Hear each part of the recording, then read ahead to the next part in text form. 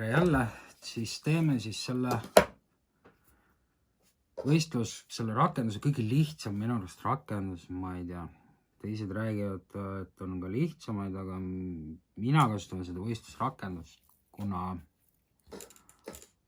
kui jääb kinni kuskile ja kala on ka otsas, et siis pääseb, eks ma hiljem näitan. Nii, algus siis liugur, mina kasutan S-suurus liugurit. Võiks natukene väiksem olla, liugur on umbes siis, pisike ühesõnaga. On suuremaid müügi, mina neid ei kasuta. Suuremaid liugur, siis läheb stopper.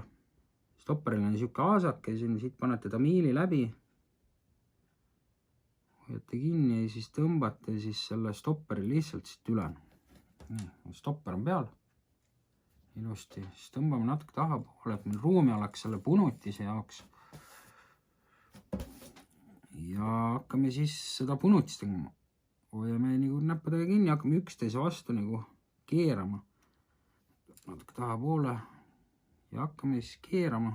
Näed, ei tule välja endale ka. Et keerutame.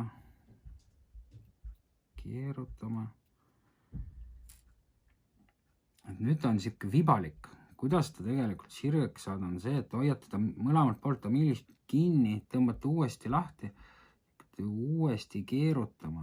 Ta ise hakkab nagu keerduma teil. Et võiks nagu sirgem olla. Proovime veel kord. Näete, juba läheb sirgemaks. See punutud osa võiks olla 10–15 senti, teen tavaliselt mina. Et oleks üle korvina. Söötmiskorv on siis suht suur ja tõmbame kinni. Enne muidugi ilaga kokku. Nii. See, mis üle jääb, lõikame maha.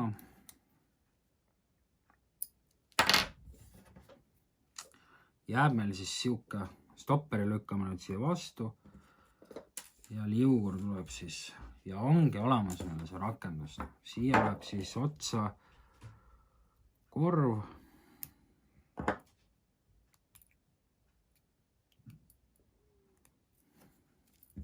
Liviseb igate pidi. On olemas.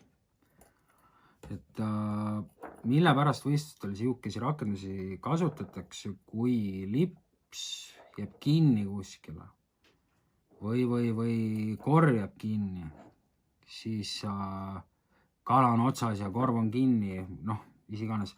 Ja kui see peaks nüüd puru minema, et ütleme, et korv jääb kinni ja te tõmbate selle puru, läheb ta siin katki. Kala pääseb koos konksuga minema. Korv jääb põhja ja kala pääseb minema. Konks mingi hetk tuleb kalal nii välja ja siuke see rakendus ongi. Nii lihtne.